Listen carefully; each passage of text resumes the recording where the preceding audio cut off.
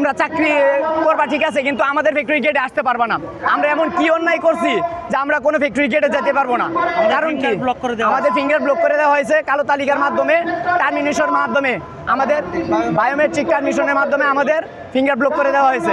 চাকরি করেছে 15 দিন 20 দিন পরে চাকরি ফিঙ্গার দিবার গিয়া চাকরি থাকে। আমি আপনার কাছে জানতে চাচ্ছি যে আপনারা এখানে 12 দফা দাবি পেশ করছেন, জি, তো এই 12 নিয়ম নাই ওইখানে?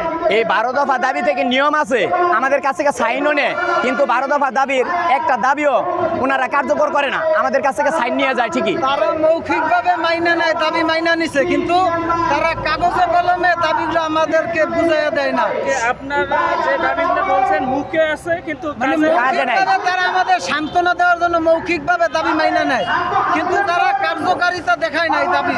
আমরা দিনের পর দিন এই দাবি নিয়ে ভুক্তভোগী। এখন আমাদের যে দাবিগুলি, এখন বর্তমানে দাবি হইতেছে 60 থেকে 8